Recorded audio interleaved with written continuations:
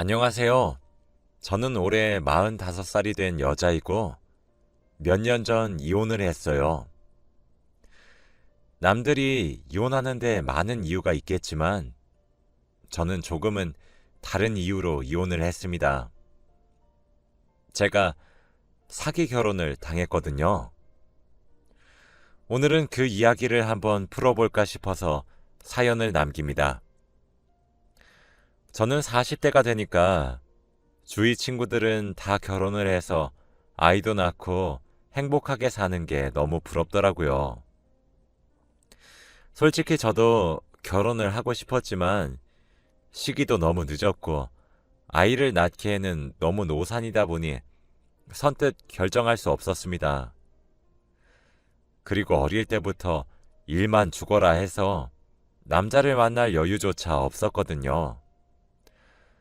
제대로 놀아보지도 못하고 이렇게 늙어가니까 조금은 슬펐습니다. 그런데 하늘이 절 도왔는지 이번 생에 연애는 끝일 것 같았던 제게도 한 남자가 생겼어요.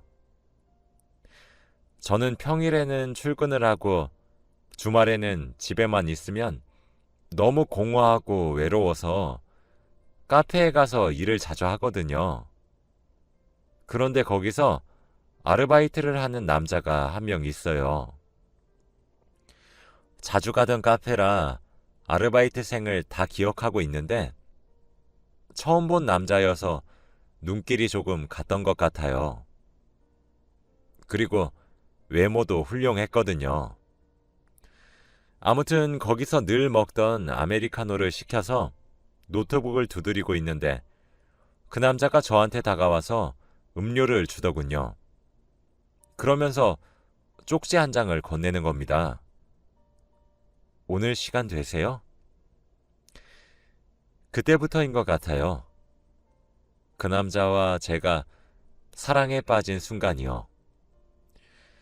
그날 그 남자가 아르바이트가 끝나고 저희는 이야기를 나누면서 서로에 대해 알아가기 시작했어요.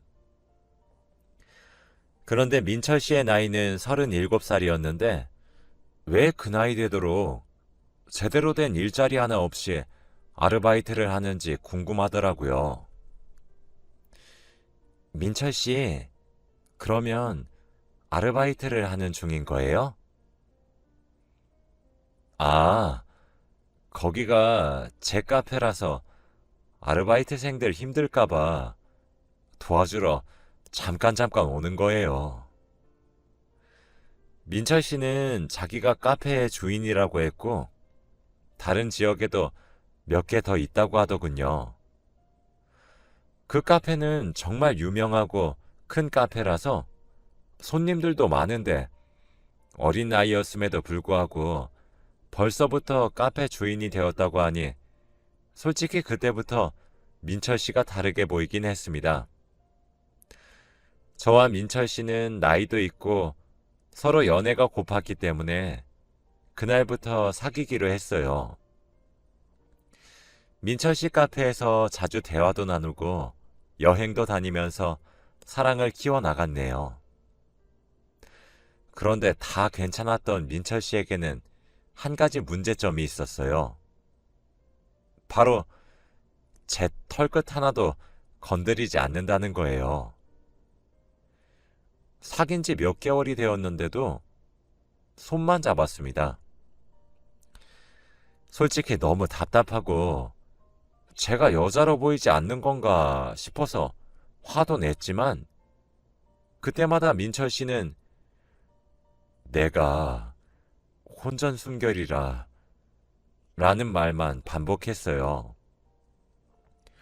태어나서 이런 남자는 처음 만나보니까 너무 당황스럽고 계속 만나도 되는지 의구심이 들더군요. 그래서 가까운 친구한테 제 사정을 다 털어놓았더니 그 사람 정말 로맨티스트다 라고 하는 겁니다. 너를 얼마나 사랑하면 그렇게 말하겠니? 다 너 좋아해서 하는 말이야. 너랑 결혼하고 싶어서 그런 말 하는 거 아니야? 저는 혼전순결이라는 민철 씨와 이별을 결심하고 친구한테 털어놓은 건데, 오히려 친구는 민철 씨가 저를 너무 좋아한다고 말하면서 결혼하라고까지 하더군요.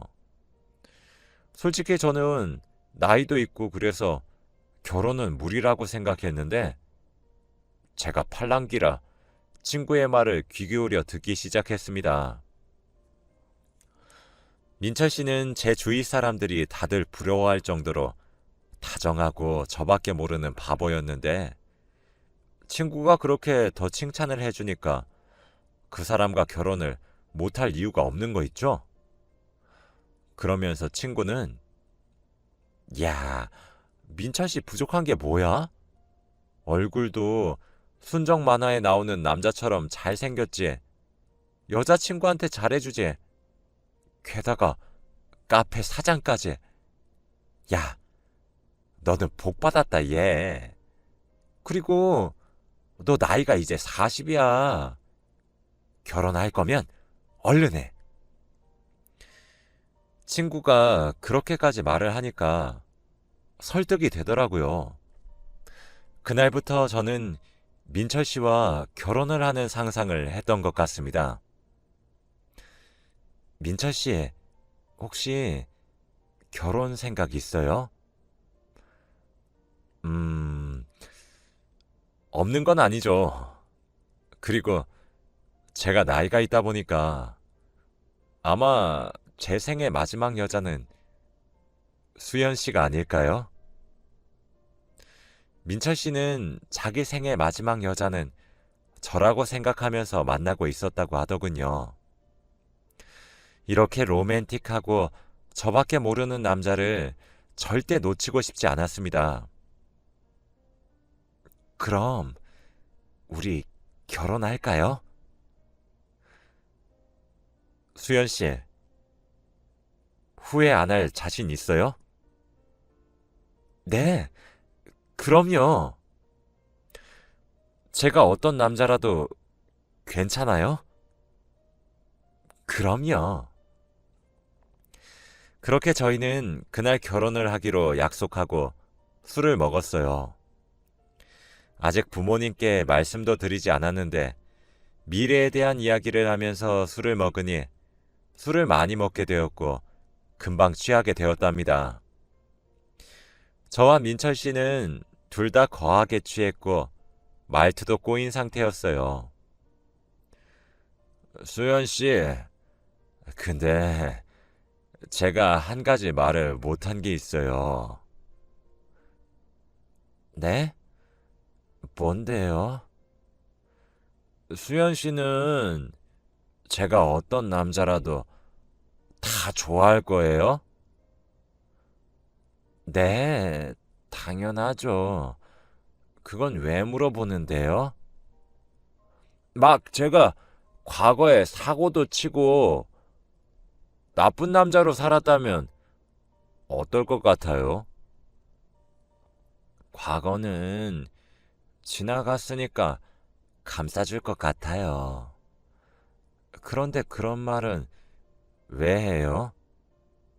혹시 과거에 무슨 일 있었어요? 그렇다면 지금 말해줘요. 아니에요.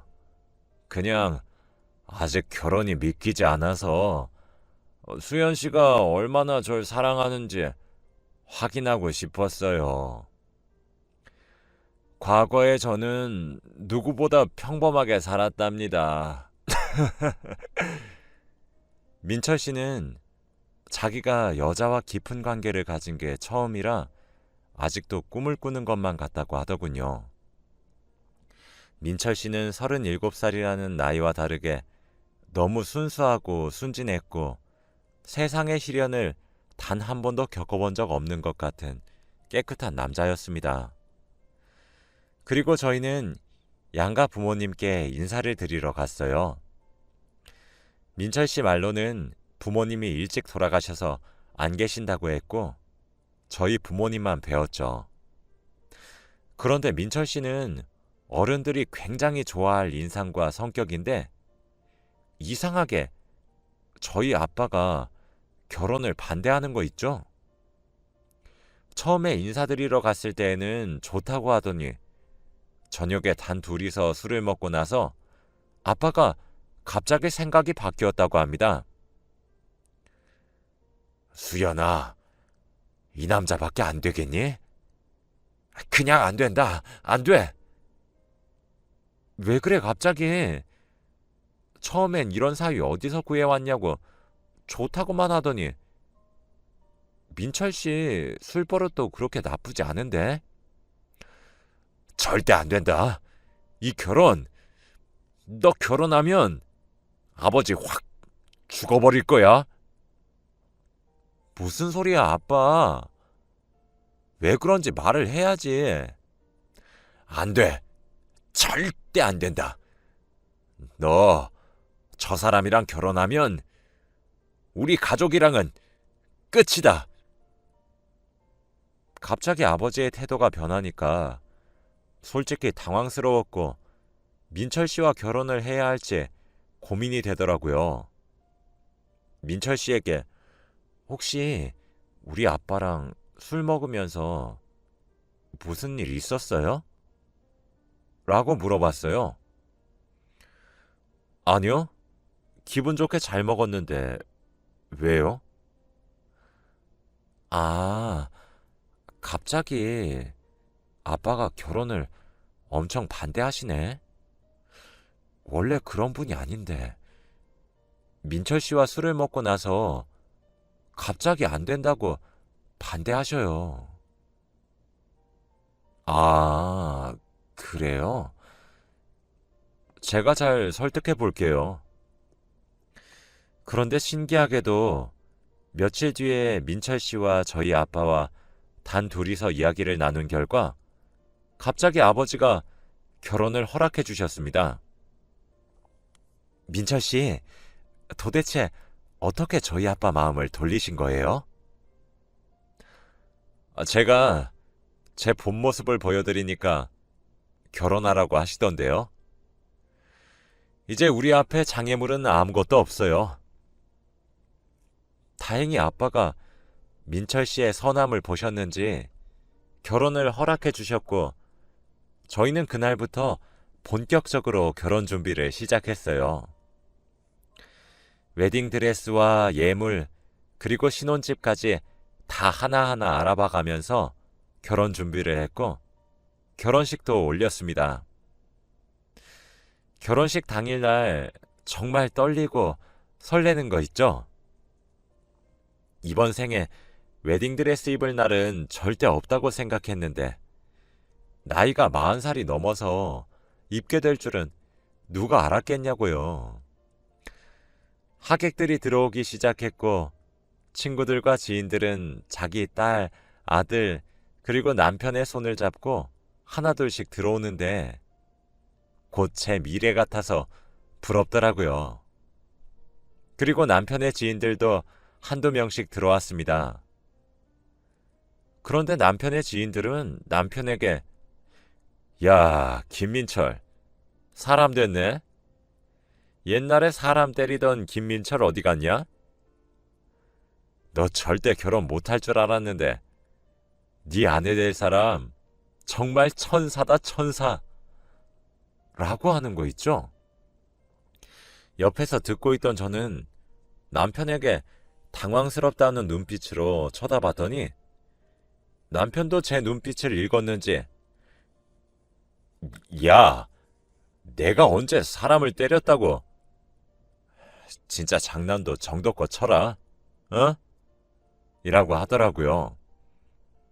그리고 그 말을 한 지인은 이제야 저를 발견했는지 제 눈치를 한번 쓱 보고는 아, 미안. 내가 장난이 좀 심했지? 하고는 쓱 사라졌습니다.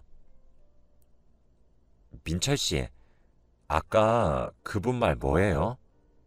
사람을 때리다니. 아, 제가 어릴 때부터 장난이 좀 심해요. 믿는 거 아니죠? 제가 어떻게 사람을 때려요? 의심스럽긴 했지만 지금까지의 민철 씨를 보면 폭력과는 거리가 멀었던 사람이었기에 그 말을 믿으려고 했습니다. 그리고 결혼식을 무사히 마치고 저희는 신혼여행을 떠났죠. 다들 신혼여행의 첫날 밤을 기대하시잖아요. 가뜩이나 민철 씨는 혼전순결이라 저는 더욱더 기대를 했습니다. 신혼여행 첫날 밤에 민철 씨는 저에게 오늘 너무 열심히 놀아서 피곤하네요. 내일 일정도 있으니까 그만 잘까요? 라고 했고, 그러면서 잘 자요? 라고 하고는 혼자 눈을 감고 자는 게 아니겠습니까? 저는 이날만을 기다렸는데 손만 잡고 자는 남자가 여기 있었습니다. 너무 당황스러워서 자려고 하는 민철 씨 앞에서 민철 씨, 민철 씨, 왜 자요? 지금이 신혼여행 첫날 밤인데? 민철 씨 혼전순결이라면서요. 이제 결혼했으니까 그거 깨도 되는 거잖아요. 오늘만을 기다렸는데 이러면 안 되죠. 제가 여자로 보이지 않으세요? 아니에요, 수연 씨. 그런 거 절대 아니죠. 저는 단지 수연 씨를 너무 사랑하는 마음에 지켜주고 싶어서, 그리고 오늘 너무 열심히 놀기도 했고, 결혼식도 하다 보니까 피곤해서 일찍 자야 할 것 같아요. 미안해요. 다음에 해요, 우리. 이 말을 하고선 혼자 잤습니다. 그때 솔직히 이 남자에게 문제가 있다고 생각했어요. 아이를 갖지 못하는 남자들이 걸리는 병에 걸린 줄 알았죠. 그리고 저희 부부는 신혼집으로 돌아와서 평범한 결혼 생활을 즐겼답니다. 제가 늦은 나이에 결혼을 해서 그런지 회사 사람들이 정말 축하를 해주더라고요. 그리고 회사 선배도 오늘은 회식을 해야 한다고 했고, 그날 결혼 축하하는 술을 엄청나게 많이 먹었습니다. 평소에 술을 잘 못하는데 그렇게 많은 양의 술을 한 번에 먹으니까 다들 취했었죠. 그런데 취한 한 선배가 저한테 우리 수연 씨는 나이가 있어서 임신 못하겠네. 아이가 있는 즐거움이 얼마나 큰데. 안타깝다, 정말. 그 선배는 예전부터 저에게 기분 나쁜 말을 하는 사람이었고, 저와 늘 라이벌 관계를 유지해왔던 선배예요. 그래서 그 선배가 그렇게 비꼬듯이 말을 하니까 기분이 확 나쁜 거 있죠? 선배, 임신을 못하는 게 아니라 안 하는 거예요. 저는 아직 일이 너무 좋거든요. 제가 육아휴직 낼 동안 선배가 저 치고 올라오면 어떡해요. 그 선배는 저보다 회사에 일찍 들어오고 나이도 많지만 일을 저보다 못해서 직급이 낮거든요. 그래서 그렇게 말을 했더니 기분이 상한 티를 팍팍 내면서 무슨 나이 40살이 넘어서 임신을 하겠다는 거야. 라고 혼잣말을 하면서 사라졌습니다. 솔직히 저도 임신하고 싶고 지금 한시가 급한 것도 알아요. 그런데 남편과 한 번도 사랑을 확인하는 자리를 가져본 적이 없다고 하면 다들 비웃을 게 뻔하니까 아직은 일이 좋다고 둘러댔습니다. 그날 남편에게 솔직히 말을 해야 할 것 같아서 술의 힘을 빌려서 집에 있는 남편에게 화를 내고 말했어요. 민철 씨, 나랑 아이 낳기 싫어요?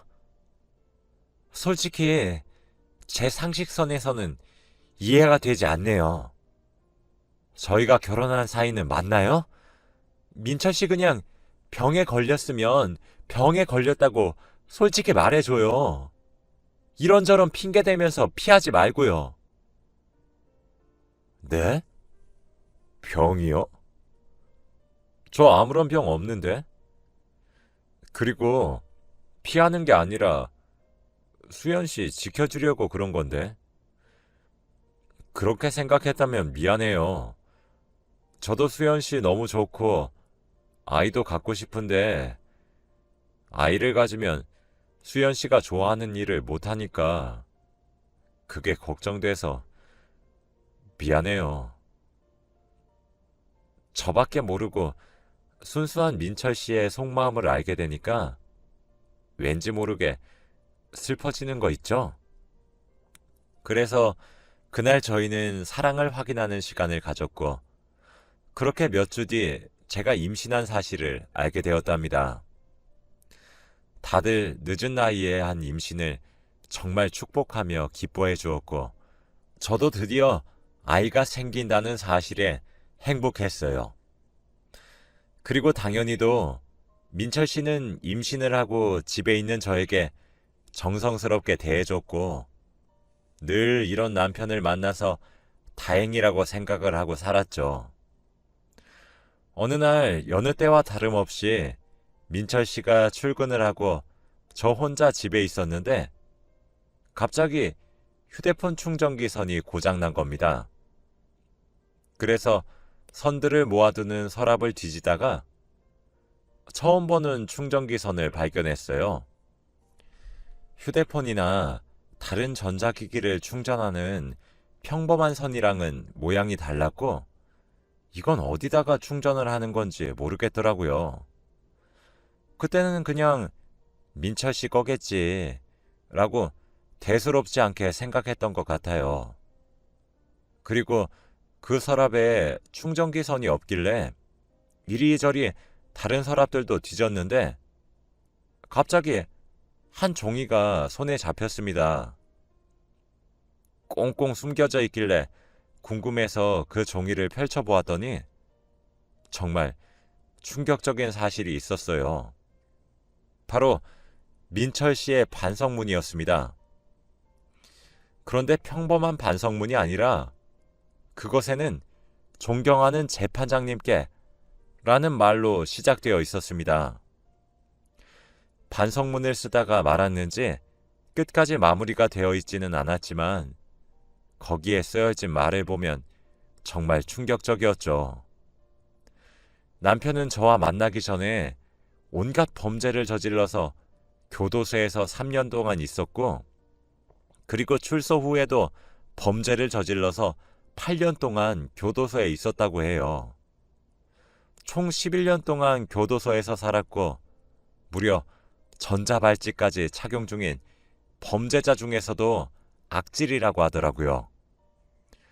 그 남자가 왜 저한테 혼전순결이라고 했고 늘 발목을 덮는 긴 바지를 고집했는지 드디어 조각이 맞추어지기 시작했습니다.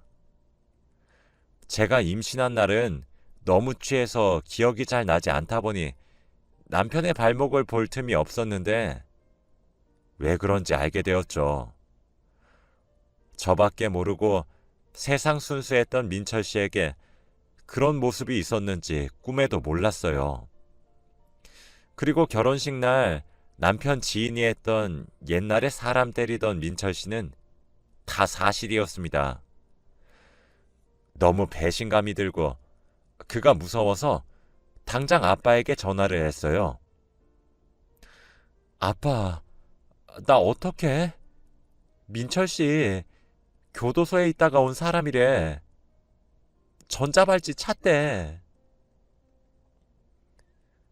드디어 알게 됐구나. 내가 그래서 결혼하지 말라고 했던 거야. 딸아, 그때 술 먹으면서 발목을 봤는데 전자발찌가 있더라고.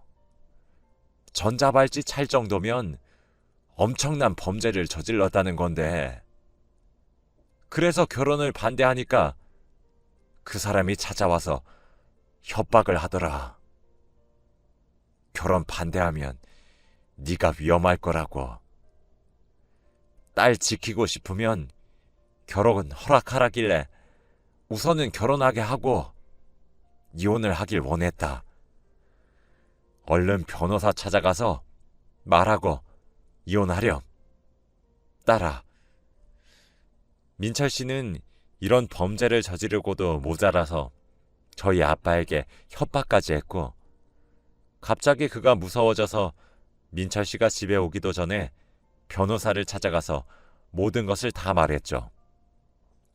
저는 그 사람의 아이까지 임신을 했고, 평생 다정하고 순진하고 사람을 이용하는 것을 전혀 모를 줄 알았던 사람이 범죄자였다니 전혀 믿기지 않았습니다. 그 사람은 제 앞에서 연기를 하고 있던 거였어요. 그날 저는 바로 이혼을 강행했고, 민철 씨는 저에게 무릎을 꿇고 두 손을 싹싹 빌면서 수연 씨, 나 수연 씨밖에 없는 거 알잖아. 그리고 결혼 전에 제가 과거가 더러운 사람이라도 저 사랑해 준다면서 다 거짓말이었어요? 그 말을 민철 씨한테 들으니까 혹시나 저한테 해코지 할까봐 너무 무섭더라고요. 그리고 이혼 소송을 준비하면서 알게 된 사실이 또 하나 있었는데, 카페 사장이라던 민철 씨의 이야기가 다 거짓말이었고 아직도 사기를 치면서 돈을 벌고 있더군요. 그리고 제가 서랍 속에서 발견했던 정체 모를 충전선은 바로 전자발찌 충전기였어요. 아직도 범죄를 저지르고 있는 그 사람의 만행이 밝혀지자 또 교도소로 갔네요. 그리고 아이는 저 혼자 낳고 잘 키우고 있습니다. 솔직히 그런 아빠는 없는 게 더 나을 것 같아서 아이가 나중에 크면 그냥 맞지 않아서 이혼을 했다고 말하려고요. 아이와 저에게 얼씬도 못하게 해놨습니다. 지금 생각해도 정말 놀라운 게, 한없이 다정하고 순수했던 남자가 그런 악행을 저지를 수 있는지, 카페 사장 일을 해서 벌었다는 돈들이 알고 보니 사기를 쳐서 번 돈이었고, 아직도 꿈을 꾸는 것만 같고 잘 믿기지 않아요. 여러분들도 꼭 남자 잘 만나시길 바랍니다. 제 이야기는 여기까지고 들어주셔서 감사합니다.